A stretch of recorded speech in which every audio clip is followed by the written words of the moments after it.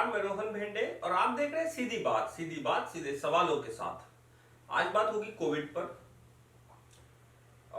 तीसरी लहर आने का जो भी चर्चाएं है वो चल रही थी पिछले 6 महीने से। बीच बीच में कुछ ऐसे भी रिपोर्ट्स आए कि लहर आके गई है। मुंबई की महापौर है, उन्होंने बीच में ये कहा था कि वो तो पहले लहर आ चुकी है, लेकिन अभी सिम्टम्स जो है, अभी जो पिछले 2 हफ्तों का ट्रेंड है, उसने एक ऐसा ट्रेंड सेट किया है कि पता चल रहा है कि कोविड का जो थर्ड वेव है वो अब एंटर हो चुका है। अब एंटर होने का उसका जो रीजन बताया गया वो पहले ओमिक्रॉन बताया। सबसे इंपॉर्टेंट बात इसमें यह है कि जिन लोगों का वैक्सीनेशन हुआ है, सिंगल वैक्सीनेशन ने डबल वैक्सीनेशन डोज भी हुआ है, उन लोगों का ग्राफिक डेटा में बहुत ज्यादा इंटरफेरेंस है। इसका मतलब यह हुआ कि आपने वैक्सीन भी ली।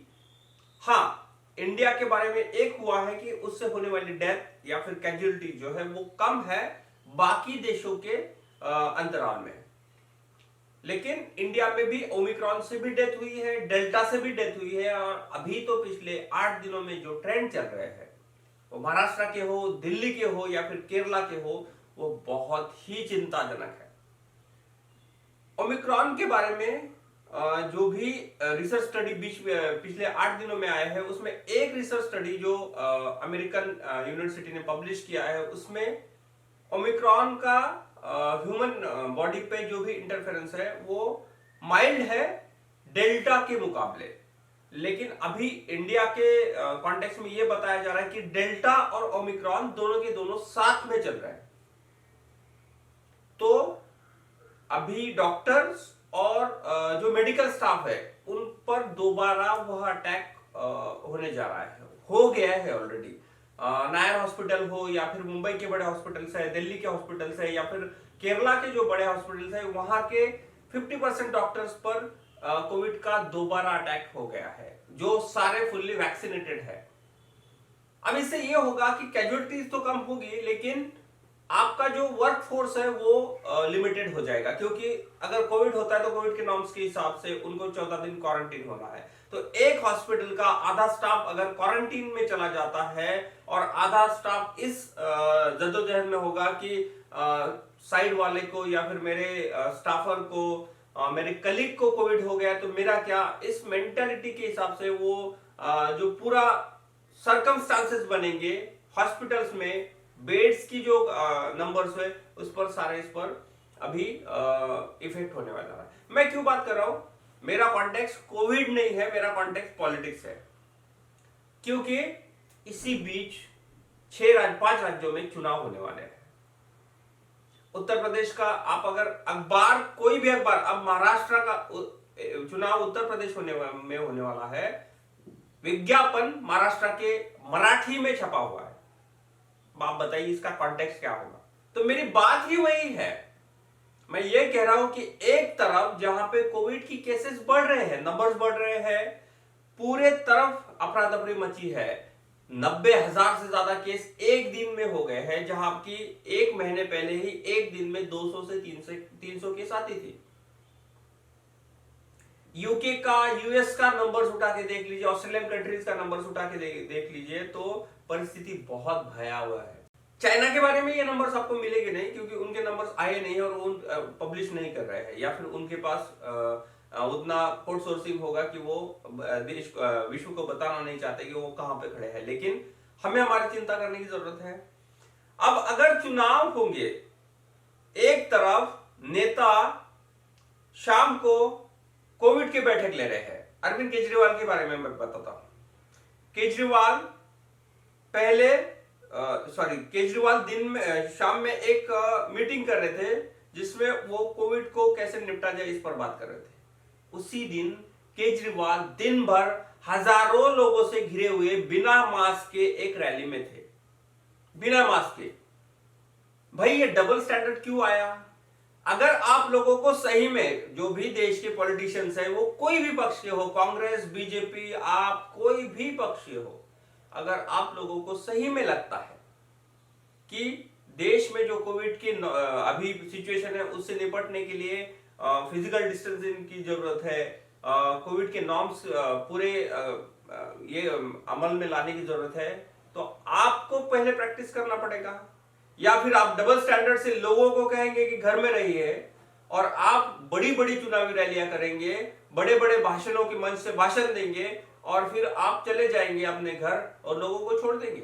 उत्तर प्रदेश में कांग्रेस ने तो ये निर्णय ले लिया कि हम अब उत्तर प्रदेश में कोई चुनावी रैली नहीं करेंगे जब तक कोविड का जो थ्रेट है वो कम होता रहे। लेकिन क्या यह डिसीजन सपा लेगी? क्या अखिलेश यादव इस डिसीजन को फॉलो करेंगे? क्या भारतीय जनता पार्टी इसको फॉलो करेगी? क्योंकि आप हमारे देश का पिछले 2 साल का इतिहास उठा के देख लीजिए, जो भी घटनाएं हुई है। बंगाल इलेक्शन में हमारे ही कुछ साथी जिन्होंने इलेक्शन कवर करने के लिए, क्योंकि पत्रकारों के पास कोई जवाब ये थोड़ी है, अगर रैली होगी तो उसका कवरेज होगा तो संपादक जो है, डेस्क एडिटर है, वो अपने पत्रकार को, अपने रिपोर्टर को कहेगा कि ग्राउंड से रिपोर्ट लाओ। तो वेस्ट बंगाल के इलेक्शन में 12 से ज्यादा बहुत नजदीक के मेरे दोस्त पत्रकार जो है, उन्होंने अपनी जान गंवाई है कोविड के वजह से। तो इन रैलियों का जो कॉन्टेक्स्ट है वो बहुत बड़ा है, उसका जो भी इंपैक्ट होगा वो पूरे सोशल, क्योंकि हमारा हॉस्पिटलाइज फैब्रिक भी बहुत अच्छा नहीं है। हमारे यहाँ पे बेड्स, ऑक्सीजन बेड्स या फिर जो सुविधा के हॉस्पिटल्स है, जो सरकारी हॉस्पिटल, प्राइवेट हॉस्पिटल्स है, वहां पे आप सारे लोग तो जा नहीं सकते हैं क्योंकि सबके पास इतने पैसे थोड़ी है, हॉस्पिटल बहुत महंगे हैं। तो ऐसे समय में मेरे कुछ सवाल है, क्या इलेक्शन कमीशन इसमें एंटर कर कुछ चुनाव के जो भी अभी घोषणाएं हैं उसको पीछे नहीं कर सकता? क्या यह सवाल चुनाव आयोग से पूछना लाजमी नहीं बनता कि आप लोगों का एक मॉरल अथॉरिटी का रिस्पॉन्सिबिलिटी है कि चुनाव को जो है वो सही ढंग से किया जाए, अच्छे वातावरण में किया जाए। अगर कोविड के अभी जो भी वेव के चांसेस दिख रहे हैं, ऐसे में अगर चुनाव होंगे तो वो सबसे पहले आम जनता को धोखे में लाने के लिए होंगे। तो क्या चुनाव आयोग इसको अभी थोड़ा सा टाल नहीं सकता? दूसरा, अगर चुनाव आयोग इसमें इंसिस्ट करता है तो क्या सुप्रीम कोर्ट उसमें दखल अंदाजी देगा? ये सवाल है। इसी के साथ एक सवाल है पॉलिटिकल पार्टी से, क्या आप लोगों को नहीं लगता है कि अगर आप लोग आखिरी में क्या कहते हैं, चुनाव में क्या कहते हैं आप लोग, कि हम आपके विकास के लिए आए हैं, आपके भले के लिए आए हैं, तो आपको यह बात समझ में आना चाहिए कि अभी जनता का भला यह है कि कोई भी गैदरिंग ना हो। वीकेंड कर्फ्यू, नाइट कर्फ्यू, हमारे देश में ऐसा है ना कि हम हमारे सहूलियत के हिसाब से कुछ चीजें खोज लाते हैं। अभी WHO की जो चीफ है सौम्या जी, उन्होंने जानकारी दी कि नाइट कर्फ्यू का कोई तुक नहीं बनता है, उसका कोई मतलब नहीं है। अब WHO की चीफ साइंटिस्ट अगर ये कह रही है तो आप समझ लीजिए कि ये जो चल रहा है कि नाइट कर्फ्यू होगा, वीकेंड कर्फ्यू होगा, ये सिर्फ और सिर्फ बहानेबाजी है। इसमें ये चीजें होगी कि नेताओं को जो भी चाहिए वो कर लेंगे और आम जनता को वैसे ही छोड़ देंगे। तो इन्हीं सवालों के साथ मैं आपको छोड़ जा रहा हूं। अगले हफ्ते फिर मिलते हैं, तब तक के लिए नमस्कार। दिल्ली पुलिस का प्रोफेशनलिज्म क्या सिर्फ और सिर्फ टारगेटेड लोगों पर होगा और जिन पर सत्ता का हाथ बना है उन लोगों पर नहीं होगा? क्या यह सवाल नहीं बनता है? क्या हमारे भारत सरकार के पास या उत्तर प्रदेश सरकार के पास इतनी भी पर्याप्त एम्बुलेंस नहीं है कि जो घायल लोग हैं उनको एम्बुलेंस में भेजा जाए?